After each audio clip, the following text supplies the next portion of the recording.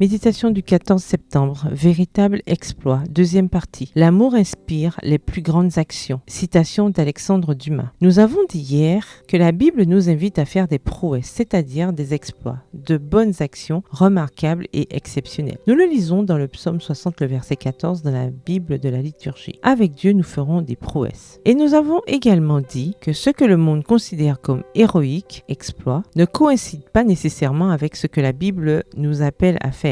Quelles actions à la lumière de la Bible sont de véritables exploits ou actes héroïques pour Dieu? La liste est longue, aussi longue que la Bible. Mais donnons des exemples clairs. Des exploits, c'est ce qu'ont réalisé les héros de la foi. Évidemment, ce sont des héros parce qu'ils ont accompli des actes héroïques. Et qu'ont-ils fait? Selon Hébreux 11, verset 36, dans la version Bible en français courant. Ils subirent les moqueries et le fouet. Certains furent enchaînés et jetés en prison parce qu'ils ont vécu selon la vérité. Leur grand héroïsme a été de pouvoir accepter l'incompréhension de leur prochain sans perdre la foi en Dieu ou le désir de sauver ce même prochain qui les maltraitait. Quel exploit? Un exploit consiste à ne pas résister aux méchants, mais à tendre l'autre joue. C'est un exploit de donner sa tunique et son manteau à celui qui veut te traîner en justice et à quiconque te force parce qu'il aime forcer à faire 1 kilomètre, de faire avec lui 2 kilomètres. C'est un exploit de ne pas se lasser de procurer la paix au milieu du conflit, au lieu de me mettre moi-même en conflit avec le milieu. C'est un exploit de faire le travail intérieur de garder un cœur pur dans une société cynique, hypocrite et pleine de défiance. C'est un exploit que de supporter qu'on nous insulte, qu'on nous persécute,